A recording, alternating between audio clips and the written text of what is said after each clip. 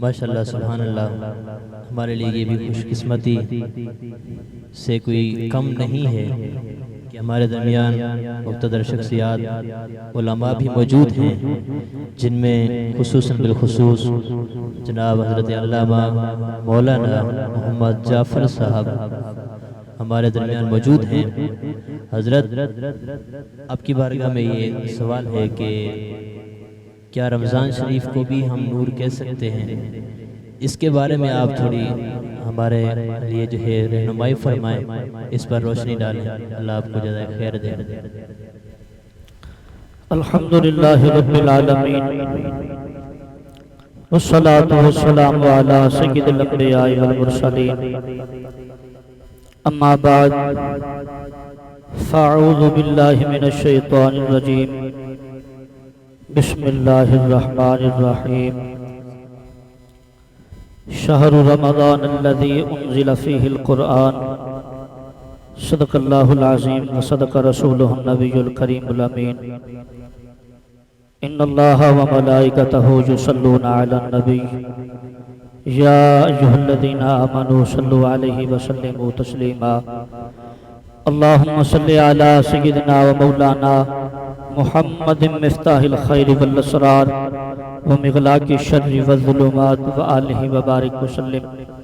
الصلاة والسلام علیکہ یا سیدی یا رسول اللہ، الصلاة والسلام علیکہ یا سیدی یا حبیب اللہ، وعلا آلکہ واصحابکہ یا سیدی یا محمد الرسول اللہ صلی اللہ تعالی علیہ وآلہ وسلم۔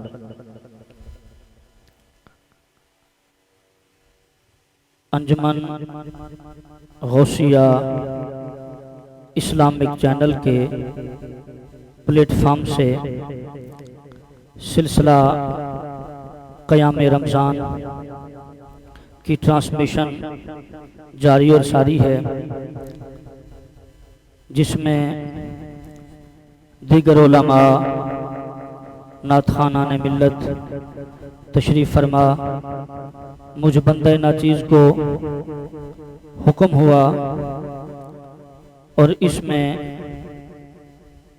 بطور برکت اور امت مسلمہ تک دین اسلام کا پیغام اور رمضان المبارک کی برکات اور رمضان المبارک کی شان و عظمت کی برکتیں سمیٹنے کے لیے میں بھی حاضر ہوا۔ حضرت علامہ مولانا محمد ارباب صاحب نے حکم فرمایا کہ ہم اہل سنہ نبی کریم رؤوف الرحیم صلی اللہ علیہ وسلم کو نور مانتے ہیں، تو کیا رمضان بھی نور ہے؟ اس سے پہلے میں گزارش کروں گا کہ رمضان المبارک کا جو مقدس مہینہ ہمارے سروں پر رحمت کا سایہ فگن ہے، رمضان، لفظ رمضان کے اندر 5 فگر ہیں، 5 لفظ ہیں، را، میم، ضاد، الف، نون۔ علماء فرماتے ہیں را سے مراد رحمت الہی، میم سے مراد محبت الہی، ضاد سے مراد زمان الہی، الف سے مراد امان الہی، اور نون سے مراد نور الہی۔ اب آپ اس بات پر غور کر سکتے ہیں کہ جو بندہ رمضان المبارک کا احترام کرے اور رمضان المبارک کے اندر نماز، تلاوت قرآن، تسبیح، اقامت صلاۃ، روزہ، تراویح کی پابندی کرے، اللہ تبارک و تعالیٰ کی حکم کی پاسداری کرتے ہوئے، تو رمضان المبارک کے یہ لفظ بھی بتا رہے ہیں کہ جو بندہ احکام خداوندی کی پابندی کرتا ہے تو پہلے لفظ پہ غور کر لیں، رحمت الہی، مطلب یہ ہے جو بندہ نماز، تلاوت قرآن، اقامت صلاۃ، تراویح اور تلاوت قرآن کرتا ہے تو اس پر رب کی رحمتوں کا نزول ہوتا ہے۔ دوسرے نمبر پہ ہے میم، محبت الہی۔ اس کا مطلب یہ ہے کہ نماز سے انسان کو محبت الہی نصیب ہوتی ہے۔ اس کے بعد ہے ضاد، زمان الہی۔ اس کا مطلب یہ ہے کہ جو بندہ رمضان المبارک کے مقدس مہینے میں دنیا کی سب مصروفیت کو ترک کر کے اللہ کے ہاں سربا سجود ہو جاتا ہے تو اللہ تبارک و تعالیٰ اس کو اپنی ضمانت کے اندر اپنی ضمانت عطا فرماتا ہے۔ اور اس کے بعد ہے الف، جس کا مطلب ہے امان الہی۔ مطلب یہ ہے کہ جو بندہ اللہ تبارک و تعالیٰ کے احکام کی پاسداری کرتے ہوئے رمضان مبارک کا احترام کرے تو اللہ تبارک و تعالیٰ اس کو اپنی امان نصیب فرماتا ہے۔ اس کے بعد ہے نون۔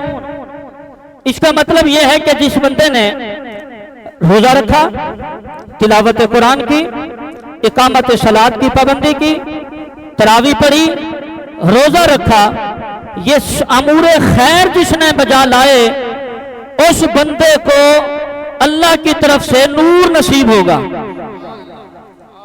تو مطلب یہ ہے کہ لفظ رمضان ہی بہت ساری خوبیوں کا حامل ہے۔ لفظ رمضان، اس کا مطلب یہ کہ انسان کی زندگی پہ جو اللہ کے احکام نازل ہوتے ہیں گویا کہ یہ اس کا مجموعہ ہے لفظ رمضان۔ اس پہ ایک بات اور عرض کرتا ہوں، جو حضرت علامہ مولانا محمد ارباب صاحب نے سوال کیا کہ ہم اہل سنت نبی دو جہاں صلی اللہ علیہ وسلم کو نور مانتے ہیں، کیا حضور کے علاوہ مثلا رمضان بھی نور ہے کیا؟ آئیے میں اس پہ ایک حدیث مبارکہ پیش کرتا ہوں بطور دلیل۔ اللہ تبارک و تعالیٰ نے حضرت سیدنا موسیٰ کلیم اللہ علی نبینا و علیہ الصلوۃ والسلام سے ارشاد فرمایا، اے موسیٰ، میں نے امت محمدی صلی اللہ تعالی علیہ وسلم کو دو نور عطا فرمائے ہیں کہ جن کے سبب سے دو اندھیرے دور ہو جائیں۔ موسیٰ کلیم اللہ علی نبینا علیہ الصلوۃ والسلام نے عرض کی باری تعالی، وہ دو نور کون سے ہیں؟ رب کائنات نے فرمایا، اے میرے کلیم، ایک نور قرآن ہے، دوسرا نور رمضان ہے۔ اور دو اندھیرے کون سے ہیں؟ اللہ رب ذوالجلال نے فرمایا کہ وہ دو اندھیرے، ایک قبر کا اندھیرا ہے اور دوسرا حشر کا اندھیرا ہے۔ تو گویا کہ خلاصہ یہ ہوا، جو بندہ روزہ رکھے پھر تلاوت قرآن کی کثرت کرے اس کو نور نصیب ہوتے ہیں، اور جس بندے کو یہ نور نصیب ہو جائے اس سے اندھیرے کافور ہوتے ہیں۔ جس کو نور ملے اس سے اندھیرے کافور ہوتے ہیں، اس سے اندھیرے دور ہوتے ہیں۔ ایک قبر کا اندھیرا، دوسرا حشر کا اندھیرا۔ اب میں اس کو یوں سمجھانا چاہوں گا اور سمجھانے کی کوشش کرتا ہوں، بھئی جو بندہ نبی کو نور مانے، نبی کو نور مانے تو یقیناً وہ قرآن کو بھی نور مانتا ہے، رمضان کو بھی نور مانتا ہے۔ بات قابل غور ہے۔ اور جو بندہ نبی کو نور نہ مانے، قرآن کو اگرچہ نور مانے، اس کا نور ماننا معنی نہیں رکھتا۔ میں اس پہ دلیل پیش کرتا ہوں۔ اس کی وجہ یہ ہے کہ قرآن بھی میرے نبی کو عطا ہوا ہے اور رمضان بھی میرے نبی کو عطا ہوا ہے، تو جو عطا ہوا وہ تو ہے نور۔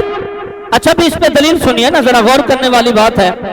اللہ نے فرمایا، اے میرے کلیم، محبوب کی امت کو دو نور دے رہا ہوں، قرآن بھی نور، رمضان بھی نور۔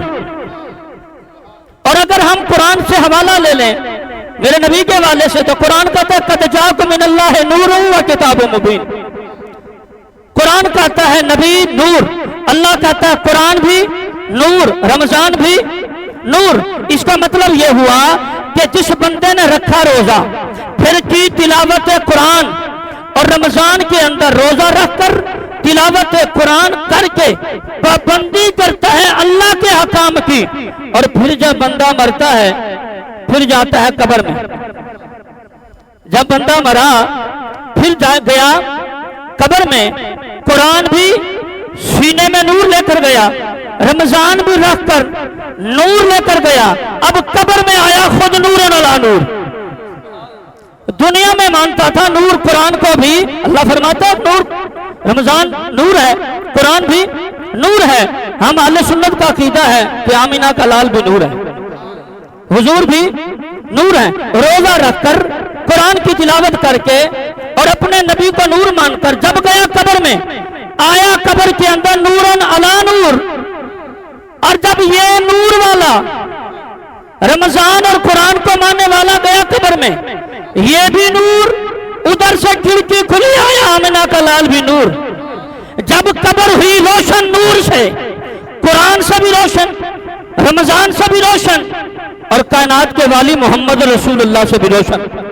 جب قبر جگمگائی نور سے، اب عاشق تڑپا، قلم اٹھایا، سنیوں کا تاجدار، اہل سنت کا تاجدار، ترجمان غوث و رضا بولا، سنیوں کا بے تاج بادشاہ بولا، کشتہ عشق و محبت، صاحب کنز الایمان، ترجمہ قرآن امام احمد رضا خان بولا، قبر میں سرکار آئے تو میں قدموں پر گروں، گھر فرشتے بھی اٹھائے تو میں ان سے یوں کہوں، اب تو پائے ناز سے اے فرشتہ کیوں اٹھوں، مر کے پہنچا ہوں یہاں اس دل ربا کے واسطے۔ یہ ہے قیام رمضان کا پیغام، یہ ہے قیام رمضان کا پیغام۔ اس پہ دو باتیں ہو گئیں، تیسری بات کر کے عرض کر کے اجازت چاہوں گا۔ اس بات پہ بطور دلیل رحمت عالمیان صاحب کعبہ کوثین نانہ حسنین محمد رسول اللہ صلی اللہ تعالی علیہ وسلم ارشاد فرماتے ہیں، قیامت کے روز رمضان روزہ دار کے لیے اللہ کی بارگاہ میں سفارش کرے گا، شفاعت کرے گا، روز عرض کرے گا باری تعالیٰ میں نے اس کو خواہشوں سے روک کر رکھا، میری شفاعت کو قبول فرما لے۔ قرآن عرض کرے گا باری تعالیٰ میں نے اس کو سونے سے روک کے رکھا بصورت تراویح یا دیگر تلاوت قرآن، مولا میں نے اس کو سونے سے روک کے رکھا، اے اللہ میری شفاعت کو اس کے بارے میں قبول فرما لے۔ میرے اور آپ کے نبی، کائنات کے نبی، ہم سب کے نبی، نبیوں کے نبی، خود رب کے نبی فرماتے ہیں قرآن اور رمضان کی شفاعت اللہ کی بارگاہ میں قبول ہوگی، اور اللہ تبارک و تعالی رمضان کے روزے رکھنے والے اور تلاوت قرآن کرنے والے کی شفاعت کو قبول فرمائے گا اور اس کی بخشش فرما دے گا۔ اب اس بات پہ میں عرض کروں گا کہ ڈر تھا، بس بات میں اپنے کلام کو اختتام کی طرف لا رہا ہوں، ان جملوں پر ڈر تھا کہ عیسیاں کی سزا اب ہوگی یا روز جزا، ڈر تھا کہ عیسیاں کی سزا اب ہوگی یا روز جزا، دی ان کی رحمت نے صدا یہ بھی نہیں وہ بھی نہیں، دی ان کی رحمت نے صدا یہ بھی نہیں وہ بھی نہیں۔ اللہ کی بارگاہ میں دعا ہے رب کائنات ہمیں رمضان کی برکتیں نصیب فرمائے۔ وآخر دعوانا ان الحمدللہ رب العالمین۔